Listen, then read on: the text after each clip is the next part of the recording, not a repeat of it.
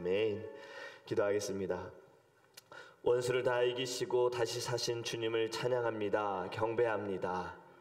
우리를 위해서 죽으시고 우리를 위해 사신 예수님 너무나도 감사합니다.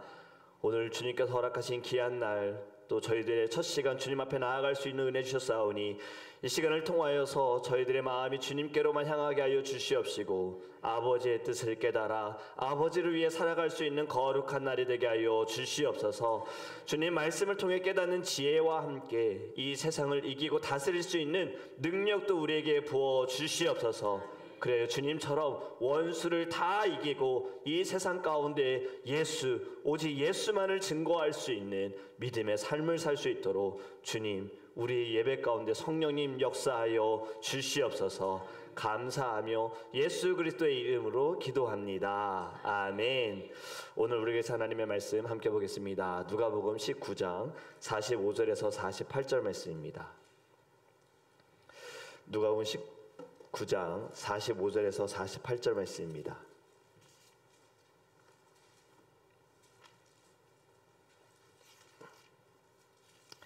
제가 전에 성경책은 신약성경 129페이지입니다. 누가복음 19장 45절에서 48절 말씀 우리 함께 읽도록 하겠습니다. 성전에 들어가사 장사하는 자들을 내쫓으시며 그들에게 이르시되 기록된 바 내 집은 기도하는 집이 되리라 하였거늘 너희는 강도의 소굴을 만들었도다 하시니라.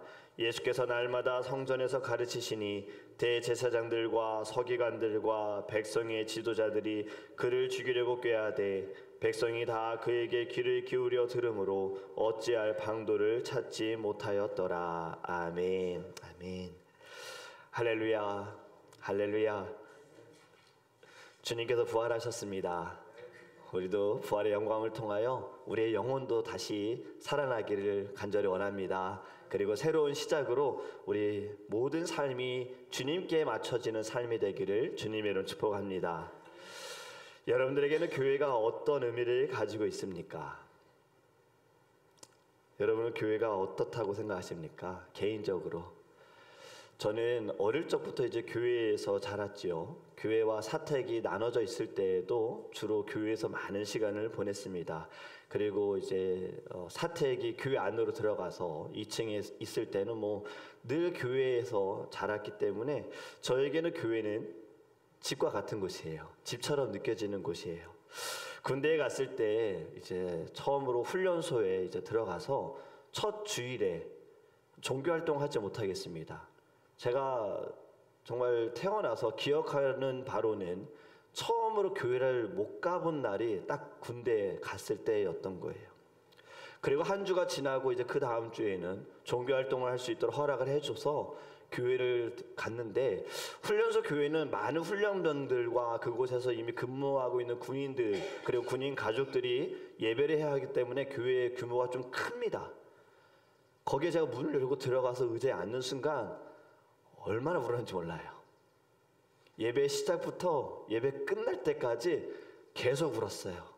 앞에서 찬양팀이 어떤 찬양을 했는지 예배 시간에 어떤 말씀을 전했는지 본문 말씀도 기억이 안 나고 그냥 울었던 기억밖에 없어요. 옆에 동기들이 보면서 나를 어떻게 생각할까 하나도 생각하지 못하고 그냥 앉아서 계속 울었던 거예요. 왜냐하면 저에게는 집과 같은 곳이기 때문에 너무나도 편했고 너무나도 저에게 위로함을 주는 시간이었어요. 여러분들에게는 교회가 어떤 곳입니까? 다음 세대를 위해 우리가 기도해야 할 것이 무엇인가 보니 통계를 보니까요. 요즘 청년들의 교회를 다니는 이유가 바로 이렇다고 합니다. 습관적인 출석. 그냥 교회에 늘 가다 보니까 주일만 되면 시간이 되면 교회 가야 된다라는 이 생각. 문화생활을 위한 교회생활. 교회를 통해서 서로 교제하면서 또 결혼을 위해서 교회에 가야 된다. 그리고 다른 사람들에게 보여주기 위한 신앙. 바로 이러한 이유 때문에 교회를 많이 다닌다라고 통계가 있습니다. 여러분, 교회에서 청년들이 예수님을 만나지 못하면 어디에서 만날까요? 교회가 인격적인 주님을 만나지 못하게 한다면 우리의 자녀들이 어디에서 예수님을 만날 수 있겠습니까? 제가 2주 전에 영국에 대한 뉴스를 보면서 기도 제목으로 또 받았습니다. 영국은 국교가 기독교 국교이죠. 그런데 교회는 점점 사라지고 성도들은 줄어들고 있고 오히려 이슬람이 점점 많아지고 있다라는 거예요. 교회는 우상으로 섬기는 장소로 달라지고 카페로 바뀌어지고 예배자들은 사라지고 교회는 오히려 믿는 사람들은 핍박을 당하고 있다라고 합니다. 믿음을 남겨주고 교회를 지켜야 하는 사람들이 사라지면서 겉으로 보일 때만 기독교지 실제적으로는 종교 통합이 일어나게 되어지고 교회는 점점 사라지고 있다라는 거예요. 이 뉴스를 보면서 여러분들은 어떤 생각을 하십니까? 이런 질문을 또 해보게 되는 겁니다.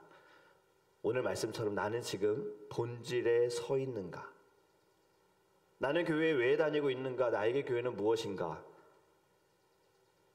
나만 예배하고 신앙생활 열심히 해서 천국으로 가는 통로라고 생각하고 있는가? 아니면 나를 희생하고 헌신해서라도 하나님을 기쁘게 하고 복음을 위해 힘쓰고 다음 세대 자녀들에게 믿지 않는 사람들에게 예수를 증거해야 하는가라는 생각을 하게 됐습니다. 오늘 본문에 나오는 내용도 성전에 대한 이야기잖아요. 여러분, 유대인들에게 성전은 어떤 곳일까요? 유대인들은 성전이 하나님의 영광이 임하는 곳, 쉐키나의 영광이 임하는 곳이다 라고 생각을 합니다. 그래서 예수님께서 교회가 무너지고 3일 만에 다시 세운다 이 말씀을 들을 때 유대인들은 불편했습니다. 짜증났습니다. 화가 났습니다. 왜냐하면 그만큼 이들에게 교회는 신과 같은 존재였던 거거든요. 그래서 예수님이 십자가에 처형을 당할 때 이들이 씌운 죄목이 뭐였습니까? 신성모독이었어요. 감히 신을 무시한다라는 내용이에요. 그런데 이들이 하는 행동은 말도 하나님이 계셔야 하는 성전, 하나님의 영광이 있어야 하는 그곳에 하나님이 계시지 않는다. 오늘 45절 말씀 보면 성전에 들어가서 장사하는 자들을 내쫓으시며, 지금 성전에 장사하는 사람들이 있다라는 내용인데 어떻게 교회에서 장사를 할 수 있어? 라고 생각할 수 있지만 이 당시에는 그것이 합법이었습니다. 근데 이 합법은 누구에게 합법이었을까요? 누가 정한 합법이었을까요? 사람들이 세운 법으로 합법이었지 하나님께는 합법이 아니었습니다. 이들의 교회 안에서 성전 안에서 장사하게 하는 그 이유는 타당했습니다. 왜냐하면 제사를 드릴 때 하나님께 예배할 때 반드시 제물이 있어야 했잖아요. 제물을 가지고 와야 되잖아요. 하나님께 드릴 제물을 이들은 태어날 때부터 구별하였고 아주 정성껏 길렀고 데리고 올 때도 조심스럽게 데리고 왔습니다. 만약에 조금이라도 흠이 있으면 하나님께 드릴 수가 없었던 거예요. 먼 지방에서 올라오는 순례자들, 자기 짐승들을 데리고 오는 것이 너무나도 어려웠습니다. 그래서 성전 근처에서 제사를 위한 동물들을 팔기 시작한 거예요. 다르게 이야기하면 예배의 편의를 위해서 소와 양과 비둘기 등을 판매했다라는 겁니다. 여러분, 무엇이 느껴집니까? 지금 제가 쓴 단어 편의를 위해서, 편함을 위해서. 여러분, 이 편함을 위한 것이 본질에서 벗어나겠어요? 이것이 막 시작되었을 때 이 편함에 대해서 어쩌면 사람들의 마음에는 불편함은 있었을 거예요. 아, 내가 좀 정성껏 동물을 구별해서 키우고 정성껏 얘를 데리고 와서 하나님께 드려야 하는데 라는 불편함은 있었겠지만 처음에는만 그랬지. 점점 그게 익숙해지면 아유, 동물 구별 안 해도 돼. 성전 가면 살 수 있잖아. 그 근처 가면 살 수 있잖아. 여러분의 편리함을 통해서 제가 이런 생각이 나는 거예요. 옛날에는 교회 의자가 없었지요. 마룻바닥에 앉아서 방석만 깔고 앉아서 예배를 드릴 때가 있었습니다. 얼마나 불편했습니까? 허리도 아프고 다리에 쥐가 나니까 이리저리 막 몸을 좀 바꿔가면서 예배를 드렸어요. 그런데 옛날에 성도님들은 그 자리가 내가 눈물을 흘리며 하나님께 드리는 예배다라고 생각을 했고 하나님 앞에 무릎 꿇는다라는 의미를 가지고 불편하더라도 예배했습니다. 근데 어느 순간부터 의자가 들어오고 또 의자가 딱딱한 의자에서 점점 쿠션이 있고 이제는 극장용 의자로 많이 바뀌었잖아요. 여러분, 불편해도 주님께 나아가는 태도는 변함이 없어야 하는 건데 이 불편한 예배가 이제는 내가 불편하다 생각하면 마치 예배가 실패라고 여겨지는 그런 편리로 바뀌어지게 됐다라는 거예요. 찬양은 또 어떻습니까? 여러분, 처음에는 찬양도 피아노만 있었지요. 피아노가 없을 때는 어떻게 했습니까? 누군가가 앞에서 큰 북을 가지고 이렇게 때리면서 예배했었어요. 혹시 여러분 기억나시는지 모르겠어요. 그 북에 맞춰서 우리 찬양했었어요. 제가 처음으로 제가 어릴 때도 또 유년부 사역을 할 때에도 이런 프로젝트 어디 옛날에 있었습니까? 아주 옛날에 제가 어릴 때에는요, 어린이 찬송가가 있었고, 그리고 찬송가에 없는 것을 찬양하기 위해서는 선생님들이 이만한 전지에다가 접어가지고 줄을 맞춰야 되니까 거기에 가사를 다 썼어요. 그리고 여기다가 이렇게 세워놓는 걸 궤도라고 하죠. 그리고 새로 다른 찬양 부르면 이거 한 장씩 넘겨가면서 예배를 드렸어요. 그러다 나온 게 이제 OHP, 오버헤드 필름 해가지고 또 투명한 필름 종이에다가 써가지고 빛에다 반사해서 띄었던, 점점 시대가 너무 좋아졌지요. 예전엔 불편해도 예배는 어떻게든 드렸습니다. 아주 오래전에 제가 미국에 온 지 얼마 안 됐을 때 한 2007, 8년도쯤에 저 2004년에 왔는데, 그때 제가 어떤 기사를 보았냐면 아틀란타 저 남부 지역의 미국의 한 교회에서 획기적인 예배가 시작됐다라는 기사를 신문 기사를 보았는데 어떤 내용이었냐면 드라이브-트루 월십이었어요. 이게 무슨 내용이냐면 파킹랏에서 예배한다는 거예요. 성도님들이 차 타고 와서 주차장이 있으면 목사님이 저 앞에 강단에서 라디오 주파수에 맞춰서 말씀을 전하고 성도님들은 바로 거기서 예배만 드리고 이제 그냥 가면 돼요. 나갈 때 헌금하면 놓고 가면 되는 거예요. 획기적입니까? 이분들은 어떤 마음을 가질까요? 도장만 찍는 거죠. 나 오늘 예배했어 라는 도장만 찍겠죠. 처음에는 주차장에서 차에서 예배드려도 정장 입고 예배드렸겠지만 언젠가부터는 점점 옷부터 달라졌을 겁니다. 근데 더 큰 문제는 무엇일까요? 그 자녀들은 어떡합니까? 이렇게 예배도 대에 익숙해져 버리면 그 자녀들은 점점 장성하면서 교회로 들어오는 것이 불편할 겁니다. 앉아있는 것이 불편할 겁니다. 또 이를 위해서 아침부터 일찍 준비해야 되는 것이 불편해질 겁니다. 열린 예배라는 단어 쓰잖아요. 예배 형식. 믿지 않는 사람들 어떻게든 초청하기 위해서, 교회의 자리로 들어오게 하기 위해서 이제 LA에 있는 새들백 교회에서 시작을 했는 열린 예배. 좋았어요. 시작은, 의도는 좋았어요. 근데 이것이 또 무엇이 문제가 됩니까? 열린 예배에 익숙해진 사람들은 특히 중고등 유스 때, 청년 때 찬양하다가 기도하고 말씀 전하고 끝나는 여기에 익숙해지다가 작년 예배 드리면 묵도, 찬송가, 신앙고백, 교동문, 찬송가, 뭐 저희는 자주 일어나지 않지만 원래는 막 일어났다 앉았다 여러 번 하지 않습니까? 제가 이거 직접 들었어요. 어떤 청년이 결혼하고 작년 예배 왔는데 힘들다는 거예요. 뭐 그렇게 많이 일어났다 앉았다, 모르는 찬송가 너무 많이 부른다. 여러분, 무엇이 문제입니까?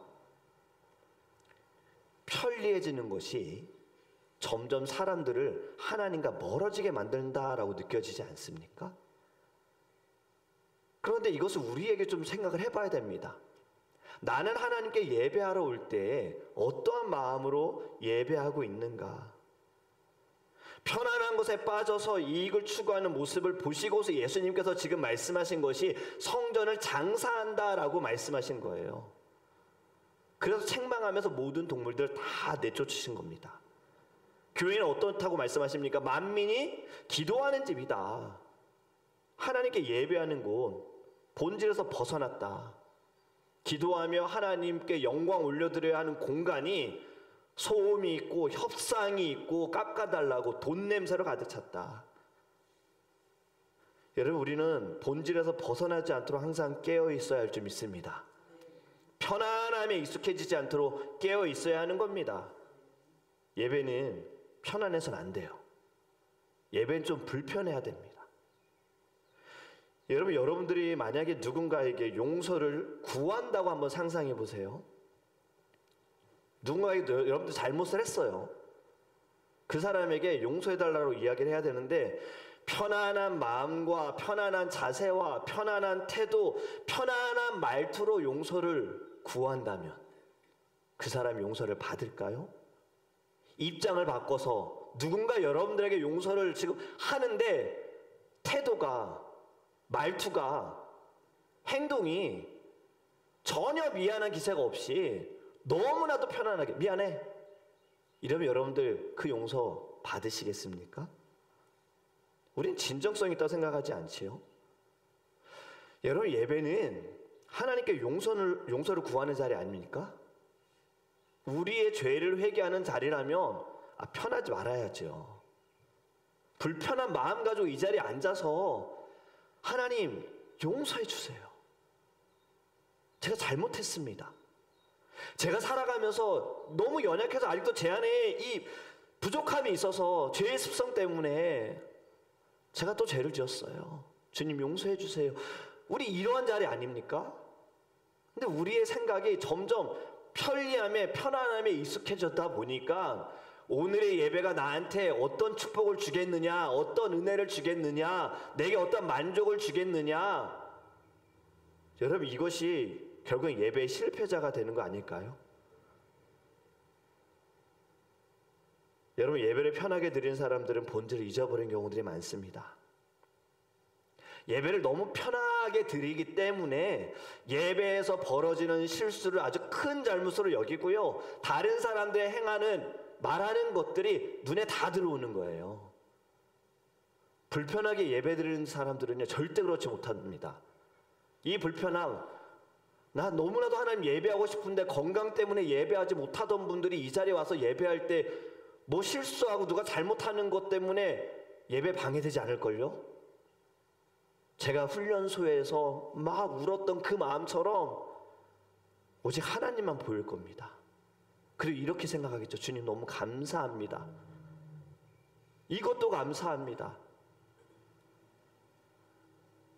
여러분, 교회는 만민이 기도하는 집이라고 하셨습니다. 기도가 무엇입니까? 기도는 단지 행위가 아닙니다. 기도는 하나님과 교제하는 겁니다. 하나님과 관계를 계속 이어가는 거예요. 열심히 봉사하면서 섬기면서 기도하지 않는다면 누구를 위한 섬김일까요? 매일 이 자리에 앉아있지만 하나님과 대화하지 않는다면 여러분 신앙은 점점 메말라 갈 겁니다. 예수님께서 오늘 본문에 성전을 정결케 하신 이유, 사실 제가 이 본문을 가지고도 여러 번 말씀을 전했는데 오늘은 하나님께서 저에게 이 은혜를 주신 거예요. 본질을 찾아라. 본질에서 벗어나지 말아라. 영적으로 본질이 무엇이겠습니까? 지금 성전을 정결케 하신 것은 단순히 개혁을 일으키신 것이 아니라 예수님 자체가, 예수님 스스로가 성전이신 거예요. 내가 이 성전을 무너뜨리고 3일 만에 다시 세우겠다는 말씀은 자신이 죽고 3일 만에 다시 살겠다라는 말씀을 하신 거잖아요. 구약의 성막과 성전에 예배하던 것이 예수님께서 십자가에 죽으심으로 그리고 부활하심으로 말미암아 예수님의 이름으로 하나님께 나아갈 수 있도록 직접 보여주신 겁니다. 죄로 인하여 하나님과 끊어진 것, 죄로 인하여 하나님과 우리의 사이에 벽이 있었던 것을 예수님께서 다 무너뜨려 주신 거예요. 다시 연결하여 주신 거예요. 여러분, 예수의 이름으로 예배할 수 있음이 우리에게 기쁨인 줄 믿습니다. 우리 안에 성전을 다시 주님께 드리기를 간절히 원합니다. 그리고 기도의 사람으로 우리는 서야 할 줄 믿습니다. 오늘의 말씀을 통해서 우리 불편한 본질, 그리고 나를 너무나도 편안하게 만들어버리는 이 본질, 우리 다 깨져야 합니다. 비본질적인 것으로 무너지는 것들 우리 다 깨뜨려야 합니다. 제가 예배 시작하면서 찬양 인도하면서 늘 기도할 때 어떤 기도의 제목을 자주 말씀드립니까? 하나님, 오늘 예배할 때 마음 빼앗기지 않게 해주세요. 사단이 우리를 시험하지 않게 해주세요. 이 기도 우리 왜 하는 겁니까? 예배 가운데에도 흔들릴 수 있거든요. 자, 오늘 말씀 다시 한번 47절 48절 보면요, 지금 성전에서 예수님께서 날마다 하신 것이 가르치셨다라는 거예요. 예수님은 지금 만민이 기도하는 집이다 성전을 지금 정화하시고 매일 교회 성전에 가셔서 가르치셨어요. 그런데 대제사장들과 서기관들과 백성의 지도자들이 그를 죽이려고 꾀한다. 여러분, 지금 예수님이 말씀하시는데 은혜를 받은 자들도 있지만 예수님의 말씀을 들으면서 저 죽여야지, 쟤 죽여야지 하는 자들도 있다라는 거예요. 그런데 지금 우리 이 땅 가운데 교회 안에서도 이러한 모습은 있습니다. 우리 고난주간 특별 저녁 예배 때 나눴던 것처럼 같은 십자가를 바라보고 같은 장소에 같이 십자가에 매달려 있음에도 불구하고 한 강도는 예수님을 비방했고 조롱했고 한 강도는 그렇게 하지 말라고 주님 오늘 저를 기억해 주세요라고 했잖아요. 교회 안에서도 있다라는 거예요. 같은 말씀, 같은 은혜, 같은 찬양이지만 누군가는 은혜를 받으면서 눈물을 흘리고 누군가는 무엇 때문에 마음 빼앗기고 시험당한다는 거예요. 그렇기에 늘 우리는 주님, 제가 시험당하지 않게 해주세요. 제 마음 빼앗기지 않게 해주세요. 본질에서 벗어나지 않게 해주세요. 이 마음을 가지고 우리가 이 자리에 있을 때, 주님께 예배할 때 하나님의 뜻이 우리의 삶 가운데 이루어지게 될 줄 믿습니다. 여러분, 더 이상 우리 본질에서 벗어나지 않기를 원합니다. 나의 편안함? 아니요, 더 중요한 것은요, 주님이 기뻐하시는 겁니다. 주님을 위해서라면 불편함 감수하세요. 어려움 좀 당하셔도 괜찮아요. 고난, 고통, 오히려 그것이 우리에게 주님께 붙어 있을 수 있는 통로가 되어짐이 감사가 되기를 원합니다. 이제 본질에서 벗어나면 안 됩니다. 기본으로 돌아가자. 우리 작년 주제 예배, 교회 무엇이 본질인지 우리 이미 말씀 나눴어요. 하나님, 예수님, 믿음, 이것만이 본질입니다. 그 외 다른 것들요, 예배를 위해서 되어지는 예배 순서들, 예배를 위해 섬기는 것들, 음식의 메뉴, 찬양인, 콘티 다 비본질적인 거예요. 그런데 자꾸 비본질적인 것 때문에 시험 당하지 마시고, 아니 스스로 악의 구렁텅이로 들어가지 마시고요, 주님과 멀어지지 않았으면 좋겠어요. 제가 말씀드렸잖아요. 제가 왜 이걸 자신 있게 말씀드리느냐? 제가 그래 봤으니까.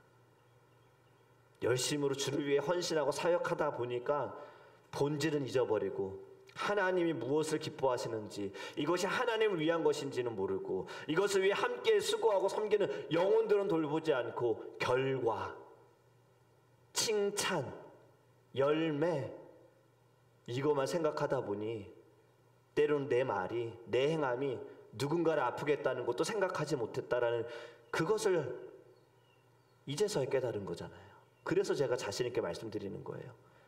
여러분들 그러시지 마시라고. 제발. 오늘의 말씀을 통해 오늘 기도할 때 여러분, 이제 우리는 비본질적인 것으로 인해 우리의 신앙이 흔들리지 않기를 간절히 원합니다. 쓸데없는 것에 에너지 빼앗기지 마세요. 그러다 보면 정말 써야 할 때 에너지 쏟아붓지 못합니다.